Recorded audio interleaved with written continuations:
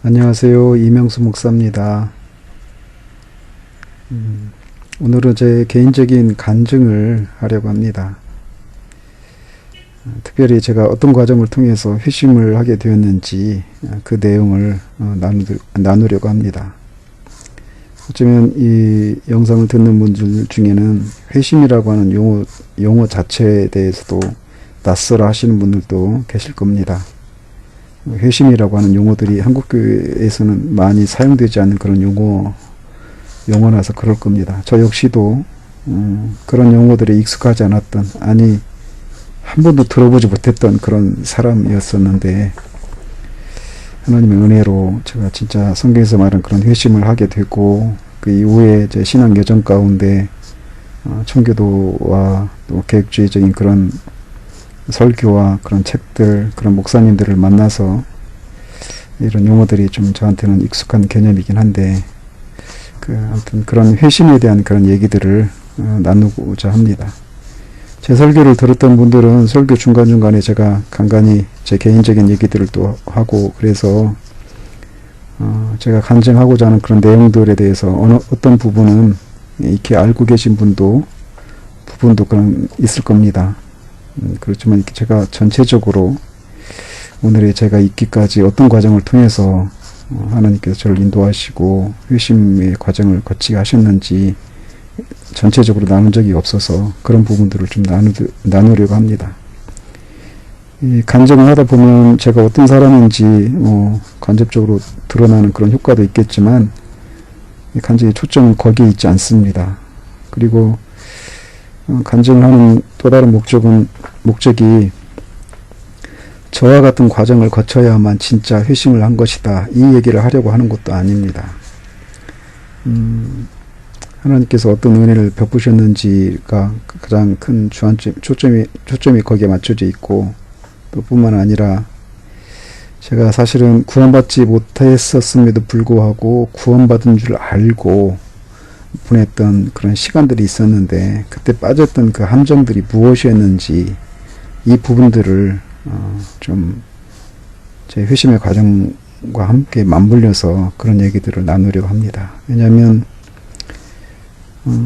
저는 오늘날 교회 안에 많은 사람들이, 적지 않은 사람들이 사실은 구원받지 못했음에도 불구하고 자신은 구원받은 사람이라고 스스로한테 속고 있는 사람들이 저는 많다고 생각을 합니다.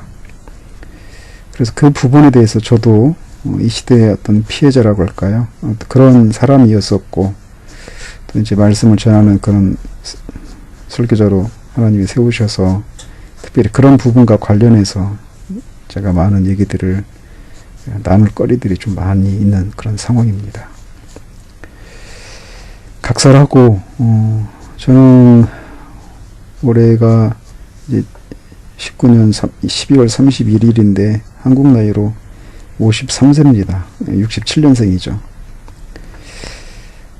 제가 교회에 처음에 발을 디디게 된 것은 사실 제 발로 교회에 발을 디뎠던 건 아니고 저희 어머니 등 옆에서 갔으니까. 아무튼 처음에 교회에 가게 된 것은 제가 한 3살적 때부터였다라고 저희 어머니가 말씀하십니다. 저희 형제들이 많아서 어머니가 정확하게 그 기억을 못해요. 근데 대충 한 3살 때라고 말씀하십니다. 저희 어머니나 아버지 다 원래 믿지 않으셨던 그런 분들이셨고 그런 상황이었는데, 제가 어렸을 때 많이 아프고 어머니 말씀으로는 뭐 경기도 많이 일으키고 그랬다고 합니다. 누나들 얘기 들어봐도 그런 얘기들 합니다. 누나 등이 옆에다가 갑자기 정신 잃고 푹 막 쓰러지기도 하고, 그래서 이제 민간요법으로 이렇게 저렇게 막 하기도 하고 병원도 다니고 굿도 하고 막 그러셨다고 해요. 근데 그래도 이제 안 낫다가 동네에 계신 어떤 아주머니 권고로 어머니가 이제 아들을 살려볼 요량으로 교회에 발을 디디게 된 게, 그게 제가 이제 교회를 가게 된 그런 계기가 되었습니다. 그때가 대충 한 3살 정도라고 하는데 저는 기억이 없습니다. 아무튼 그렇게 교회를 다녔고 교회는 열심히 다녔었습니다. 제 기억에는 그렇게 빠지지는 않았던 것 같아요, 교회를. 왜냐면 저희 어머니가 교회를 안 가면 저희 어머니가 막 저희들 되게 혼내셨거든요. 그래서 그렇게 교회를 다녔었는데, 그러다가 제가 초등학교 6학년 때 학교를 다니다가 제 뒤에 앉은 친구가 제 등을 연필로 막 등을 찌른 적이 있습니다. 근데 그 연필 심이 그 등에 박혔는데 갈비뼈 그 사이에 이렇게 박혀가지고 이제 막 연필 독 때문에 이제 그 왼쪽 등 쪽이었는데 왼쪽 팔을 제대로 펴지도 못하고 막 손을 들고 다니고 탱탱 부어가지고 그렇게 고생을 하고 병원 다니고 약 먹고 막 그러고 있는 상황이었었는데, 어느 날 그렇게 그날 또 병원에 갔다가 왔는데 저희 동네에 어떤 한 집사님이 계셨는데, 그분이 나중에 이제 목사님 되신 분인데, 그때는 집사님이셨고요. 근데 그 집사님의 장인어른이 어떤 교회 장로님이셨는데, 소위 신유 은사가 있으신 그런 분이셨습니다. 그래서 그분이 이제 거기 사위가 되시는 그 집사님 댁에 오셨다고 그래가지고 기도를 받으러 갔습니다. 저하고 저희 어머니하고. 제가 그때 6학년 여름 무렵이었는데 여름방학을 앞두고 있는 그런 시점이었습니다. 그날 또 병원에 갔다가 막 칼로 째고 메스로 째고 막 손으로 짜고 해도 탱탱 부어있던 게 큰 진전이 없이 그렇게 팔도 제대로 펴지 못하고 막 등은 막 퉁퉁 부어 오른 상태였죠. 그런 상태로 이제 병원에 갔다가 와서 오후에 이제 그렇게 그 장로님한테 기도받으러 이제 간 거죠. 저하고 어머니하고 갔는데 옆으로 누우라고 하시고, 그리고는 그 상처 부위에다가 밑에다가 이제 걸레를 대놓으시고 기도를 해주시더라고요. 근데 기도를 하는 중간에 그날까지도 그때가 한 10일이 넘었을 겁니다. 연필 찔린 지가. 그리고 그날 또 병원에 갔다 왔고 아무런 차도가 없었던, 그랬는데 기도받고 있는 중에 그 등에 퉁퉁 부었던 이 등에서 고름이 터져 나왔어요. 고름이 막 터져가지고 줄줄 흐르고, 그러면서 부기가 빠지고 독도 빠지고, 그리고는 팔을 들고 이렇게 제대로 펴지 못한 채 그렇게 어깨를 들고 갔다가 팔을 내리고 왔습니다. 그리고 다음날 학교에 갔는데 다 놀라시죠. 저희 선생님이랑 아이들도. 선생님이 어제까지도 얘가 병원에 갔다 오면은 수업 받으면서 약기운에 계속 졸고 막 그랬었는데, 그리고 어제까지 팔을 제대로 못 펴고 다녔는데 다음날 팔을 내리고 오니까 놀라셔가지고 어떻게 됐냐고. 저는 기도받고 나왔으니까 하나님이 기도받는데 하나님이 낫게 해주셨다고 막 그렇게 얘기하니까 선생님이랑 애들이 다 웃더라고요. 근데 어떡하겠어요. 난 진짜 기도받고 나왔는데. 그게 6학년 때 있었던 일입니다. 제가 왜 이 얘기를 말씀드리냐면, 그때 저는 이제 그게 저한테는 나중에 하나님과의 관계가 더 멀어지는 그런 쪽으로 제가 잘못 사용을 한 그런 계기가 됐기 때문에 그렇습니다. 하나님으로부터 놀라운 어떤 이적을 경험한 거잖아요. 그런데 그게 그런 일이 있었고, 그리고 그때 저 굉장히 이렇게 열심이었습니다. 하나님이 살아계신 걸 저는 막 경험을 했으니까, 그런 뭐 조그만 기적이지만 큰 병은 아니지만 어쨌든 기도받고 나왔으니까요. 그래서 뭐 여름 성경학교도 그때는 하루에 3번씩 갔거든요. 새벽에, 오전에, 오후에 이렇게 3번 가고 그랬었는데, 여름이니까 여름방학 때도 막 천둥 번개 치고 막 그런 때는 새벽에 산을 하나 조그만 산을 넘어가야 되는데 무섭거든요. 그러는데 거기도 그냥 동생들 데리고 천둥 번개 치는데 막 우산 쓰고 비 다 맞고 갔는데 저희만 왔습니다. 천둥 번개 치고 막 그러니까 선생님들도 안 나오고 그냥 그날 새벽은 안 하고 그런데 그렇게도 막 나가고 그리고 뭐 교회에서 막 칭찬을 하고 그렇게 이제 초등학교를 이렇게 보냈죠. 그리고는 이제 중학교, 고등학교 이렇게 지나면서 사춘기를 지나면서 저는 굉장히 열등감이 많았던 그런 사람이었습니다. 이 부분과 관련해서도 나중에 개인적인 그런 간증들을 할 기회가 있기를 바라는데 어쨌든 중학교, 고등학교를 이렇게 지나면서는 어른 예배 드리고 학생부 예배를 어떻게 하든지 안 들어가려고 몰래 학생 임원들이랑 그 선생님들은 막 저를 잡으려고 하고 저는 계속 피해서 도망가려고 하고 막 그렇게 다녔습니다. 그러니까 중학교, 고등학교를 그냥 그렇게 다녔어요. 초등학교 때는 굉장히 열심을 냈었는데 중학교, 고등학교 다니면서는 그렇게 일주일에 한 번 가서 그냥 오고 하는 그런 게 거의 전부였습니다.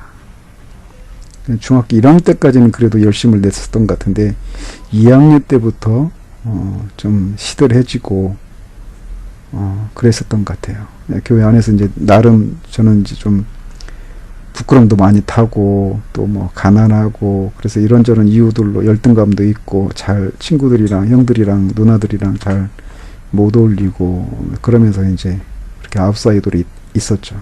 그래도 이제 주일은 거의 안 빠지고 그렇게 다니기는 했었습니다. 중고등학교 이렇게 다니고 그리고는 이제 재수를 했는데 재수를 하면서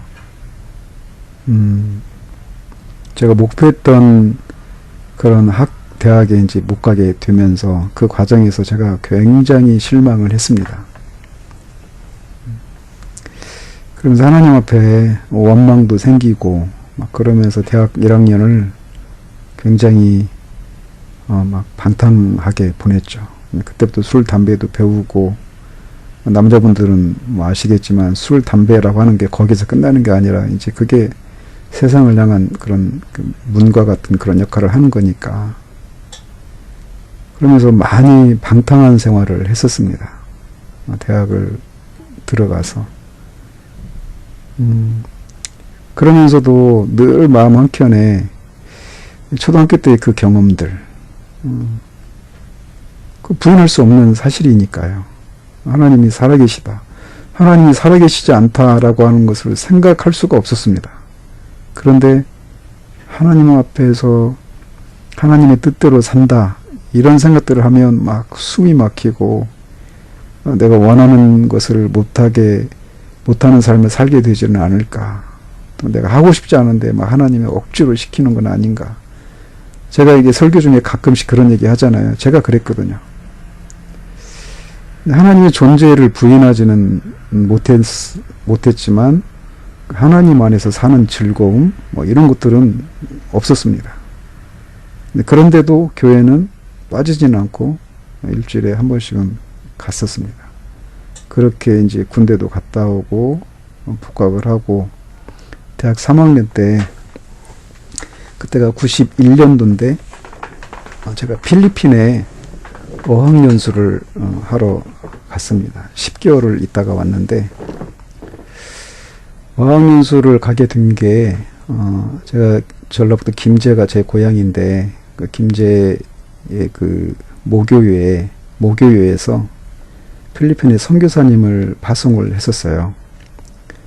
그 선교사님도 필리핀에 계시고 또 교회에 이제 그 모교회 그 목사님 아들이 저보다 2년 선배 되신 형인데 그 형 동생은 또 저하고 생일까지 같은 친구고 지금 저기 남양주에서 목회하고 있습니다. 그런데 아무튼 그 형이 이제 거기 어학연수 가서 거기서 생활하고 뭐 도움을 받았다 그 얘기가 있고, 그 대학 3학년 때 그때 막 어학연수에 대한 그런 열풍이 막 불었었던 때거든요. 어려운 형편에 아무튼 갔습니다. 그런 끈이 있어가지고 선교사님 집에서 지낸 건 아닌데 아는 분이 계시니까 그렇게 해서 가게 됐죠. 그때가 25살, 91년도 25살 때 일입니다. 3월에 갔습니다. 3월 말에. 그때 갔는데 이제 3월 말에 갔는데 7월 말쯤, 그러니까 4달 정도 지났죠. 4달 정도 지났을 때 이제 그 모교회에 아까 말씀드린 그 담임 목사님 그 둘째 아들이 저하고 생길도 같은 친구가 있는데, 그 친구가 이제 미국에 신학을 하러 간다고 필리핀에 잠깐 들어와서 한 4개월 정도 어학연수 하고 그렇게 미국에 들어간다고 7월 말쯤에 필리핀에 들어왔습니다. 날짜는 제가 지금은 기억이 가물가물한데 아무튼 금요일 날 필리핀에 들어왔고, 이제 토요일 날 담임 목사님 아들이고 또 선교사님이 그 교회에서 파송을 하셨으니까 그 선교사님 댁에 이제 그 친구랑 저랑 한인교회 그 전도사님이랑 이 3명이서 토요일 날 그 선교사님 댁에 인사 겸 식사하러 이제 점심 때 갔습니다. 네, 토요일 날이었죠. 갔는데 선교사님 마침 신방 가셔서 안 계셨고, 가서 이제 우리 셋하고 또 거기 선교사님 딸이 있었는데, 걔랑 이제 걔가 밥을 챙겨주고 그래가지고 이제 밥을 먹는데 밥 먹기 전에 그 선교사님 사모님한테 인사를 드리려고 했는데, 선교사님 사모님이 그 당시에 말기암 환자이셨어요.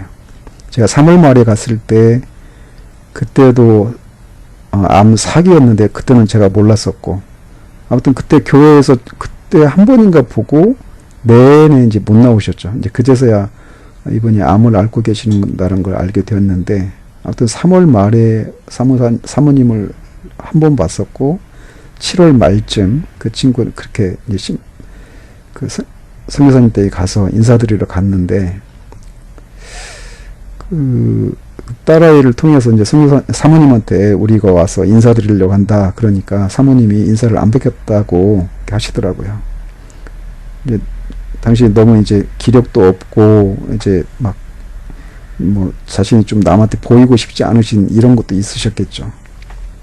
그래서 할 수 없이 이제 우리끼리 밥을 먹고 밥을 먹었습니다. 그리고 이제 디저트를 내와서 디저트를 먹고 있는데, 그 딸아이가 우리는 1층에 있었고 2층에 사모님이 계셨는데, 딸아이가 이제 자기 엄마한테 이제 올라간 거예요.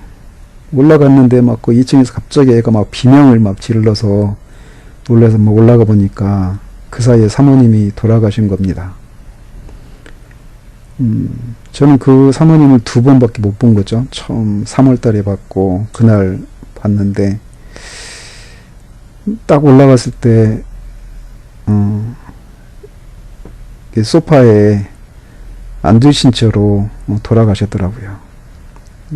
암 환자를 그때 처음 봤는데 퉁퉁 부었는데 또 말라있는, 좀 표현하기 좀 그런데 어쨌든 그리고 이렇게 고개를 떨구시고 눈을 못 감으시고 숨을 거두셨더라고요.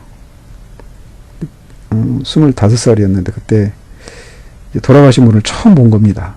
어렸을 때 할머니 돌아가신 거 본 이후로는 커서는 처음으로 봤어요.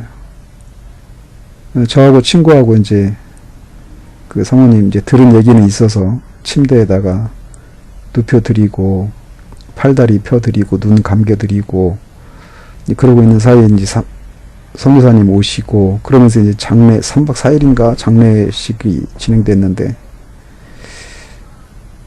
그때부터 제 안에서 이런 질문이 시작이 됐습니다. 나는 오늘 죽으면 천국 갈 수 있는가? 이 질문이 제 안에 딱 떠오르는데 제가 천국에 못 갈 것 같은 생각이 들더라고요. 그전에는 제가 하나님의 뜻대로 사는 것, 이런 생각하면 막 숨이 막히고, 앞에서도 말씀드린 것처럼, 양심은 늘 이제 편치는 않았는데, 하나님